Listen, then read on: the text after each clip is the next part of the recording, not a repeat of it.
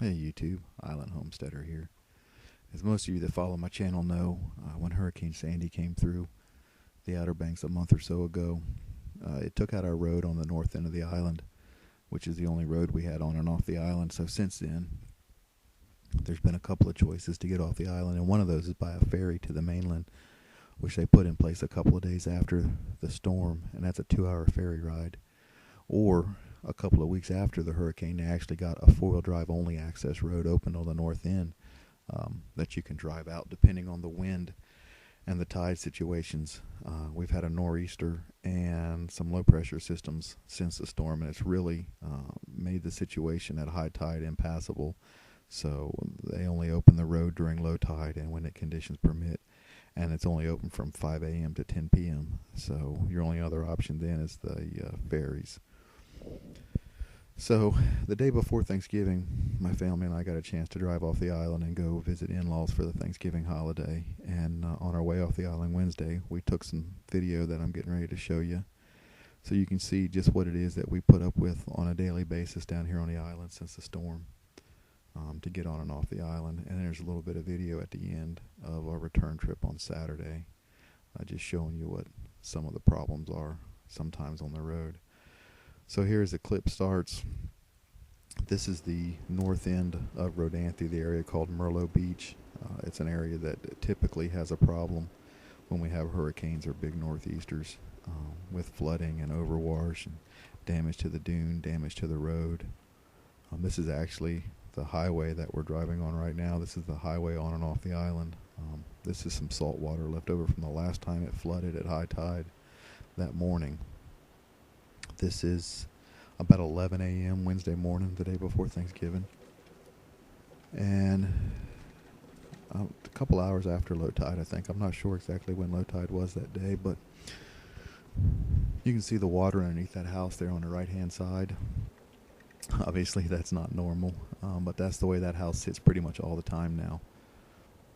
Even at low tide, there's still water coming in into that house.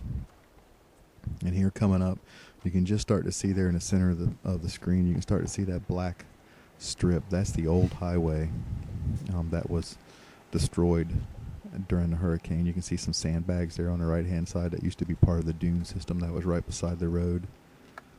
But that's what the hurricane did to the road right there. You can see it's all buckled up. It's broken in several places. There's some chunks missing.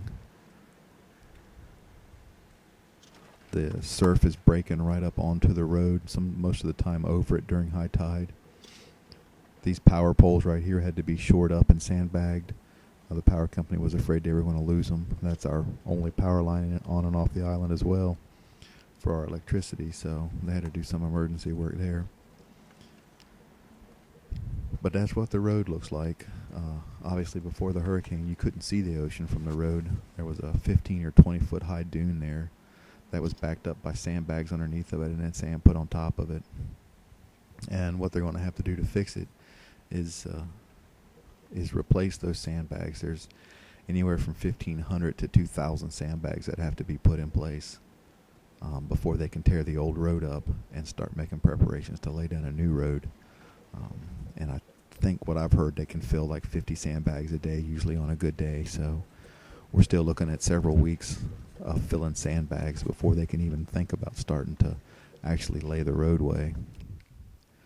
So this is the bridge that had to be put in place last year after Hurricane Irene, when that hurricane came through and damaged the road further up in Pea Island and actually cut a new inlet through. Most of you have seen my previous video of driving on and off the island. You saw me driving over this bridge and actually saw the bridge from out on the beach side. It's only one lane. They got this traffic light up because it suffered some severe damage to the southbound lane just on the south side of the bridge, and you'll see that here in a second. It undermined the road. When it flooded, it undermined it and took out a section of pavement. And they've dug this trench and are actually filling it with sandbags to shore the roadway back up. All that sand right there is piled up in the southbound lane of the highway.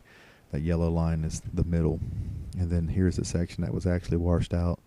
They've filled it back up with sand and gravel just to be able to have access over it, because that was probably about a 10-foot deep hole right there, right after the storm.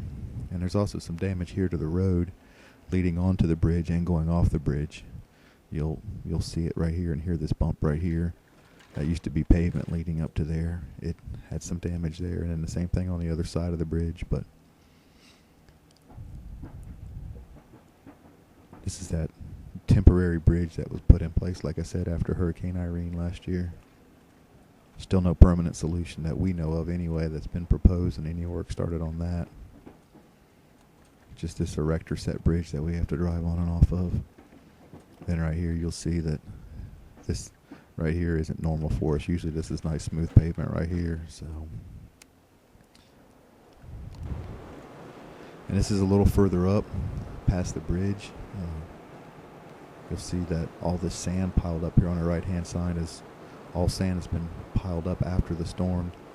They said that there was a little over 3 miles of dune that was either severely damaged or destroyed by the hurricane.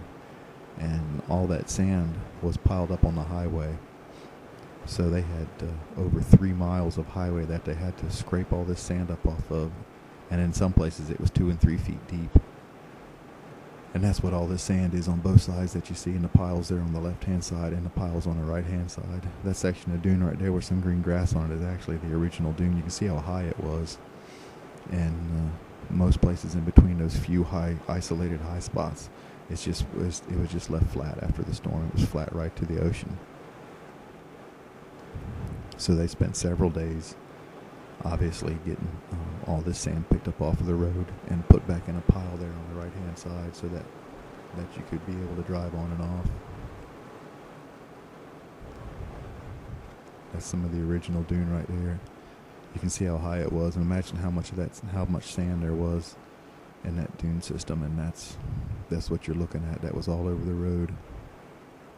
Those big high piles right there. And the problem with it being piled up like it is as the wind blows this time of the year, it blows off the ocean right on towards the highway. When we came back Saturday, this area that we're driving through here right now, that pile of sand had actually started to encroach onto the highway by at least a foot in some places, and in some places more than that. So they'll have to get out there and scrape it off of the highway and get it piled back up.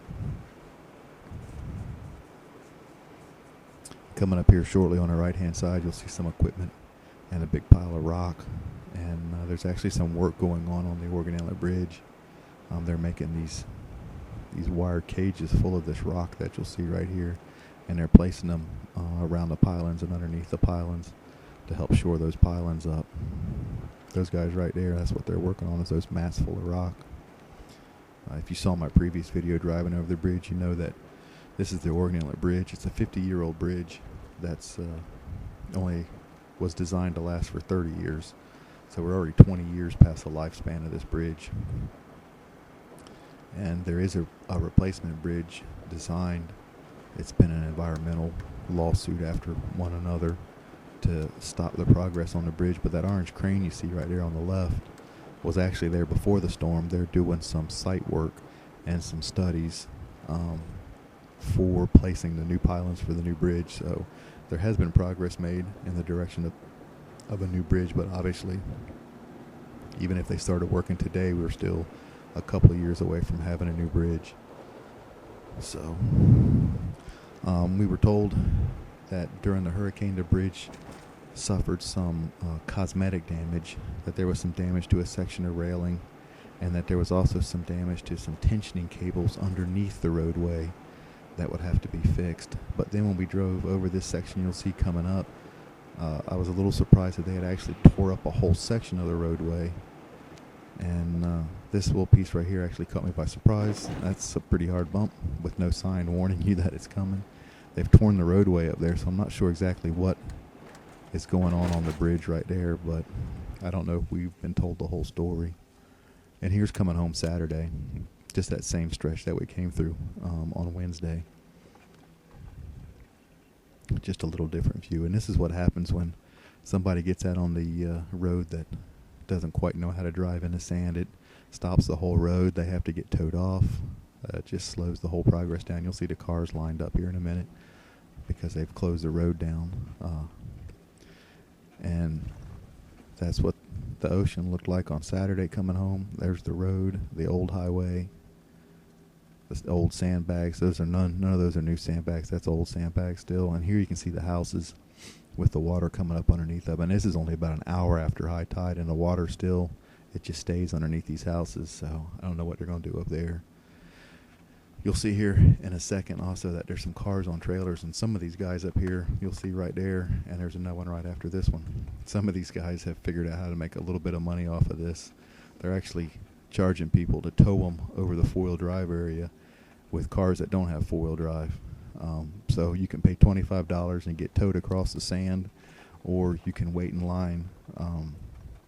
And Saturday morning there was a 5 or 6 hour line to get on the ferry Saturday morning to get off the island. So you could wait in line for 5 or 6 hours, ride a 2 hour ferry, or you could pay $25 and get towed across to the other side and go on about your way and